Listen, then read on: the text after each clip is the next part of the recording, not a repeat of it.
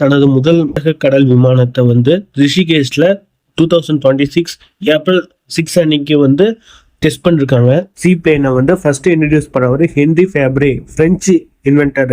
இவர் வந்து மார்ச் 28, 1910 அன்னைக்கு வந்து இன்ட்ரடியூஸ் பண்றாரு. இதை நெக்ஸ்ட் டெவலப் பண்ணி ஃப்ளோட் பிளேனாகவும் ஃப்ளையிங் போட்டாகவும் டெவலப் பண்ணுறது யாருன்னு பார்த்தா கிளென் கர்டிஸ் அப்படிங்கிற ஒரு அமெரிக்க நபர் தான். இதை இந்தியாவில் எதற்கு பயன்படுத்த போகிறாங்கன்னா, இப்போ அந்தமான் நிக்கோபார், மாலத்தீவ்ஸ் போன்ற கடல் வழி போக்குவரத்துக்காகவும் ரீஜனல் கனெக்டிவிட்டிக்காகவும் இதை வந்து பயன்படுத்த போகிறாங்க. நிலத்திலும் தரையிலும் இறங்கக்கூடிய ஒரு ஏர்கிராஃப்டாக இது இருக்குது. இது மட்டும் இல்லாமல் உள்நாட்டிலே இதோடைய உற்பத்தி இங்கே பண்ணுறாங்க. இப்போது ஏரிகள், பெரிய பெரிய நதிகள், இந்த மாதிரியான இடங்கள்லையும் இதை வந்து பயன்படுத்தலாம் அப்படிங்கிறத சொல்லியிருக்காங்க.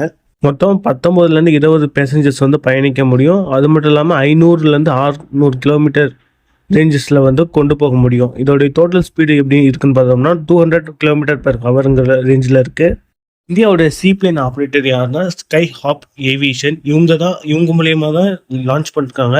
இந்த ஏர்கிராஃப்டோட பேர் என்னன்னா de Havilland Canada DHC-6 Twin Otter aircraft அப்படிங்கிற ஏர்கிராஃப்டோடைய பேர் இது. இது எங்க டெஸ்ட் பண்ணாங்கன்னா கங்கா பேரேஜ் இன் ரிஷிகேஷ், உத்தரகாண்டில் டெஸ்ட் பண்ணியிருக்காங்க. ரீஜனல் கனெக்டிவிட்டியை வந்து டெவலப் பண்ணணும் அப்படின்னு சொல்லிட்டு உடாம் அப்படிங்கிற ஒரு ஸ்கீம் வந்து லான்ச் பண்ணாங்க. அது வந்து இருக்கிற ஏரோப்ளைன்ஸோடைய ரீஜன்ஸை வந்து ஜாயின் பண்ணுறதுக்கு அதை பற்றின வீடியோ நம்ம சேனலில் கூடிய சீக்கிரம் வரப்போகுது. அதில் இது ஒரு பங்கு வகிக்குது அப்படின்னே சொல்லலாம். அது மட்டும் இல்லாமல் இது மூலயமா ரீஜனல் கனெக்டிவிட்டியை வந்து டெவலப் பண்ணலாம். ஆத்மநிர் பாரத் அப்படிங்கிற ஒரு இனிஷியேட்டிவ் கொண்டு வந்திருப்பாங்க. அது எதுக்குன்னா செல்ஃப் ரிலையன்ஸ், செல்ஃப் சஃபிஷியன்சி, தற்சார்பு வந்து ஊக்குவிக்கும் வகையில் கொண்டு வரப்பட்டது தான் இது. அதில் இது ஒரு பங்கு வகிக்கிறதுனே சொல்லலாம்.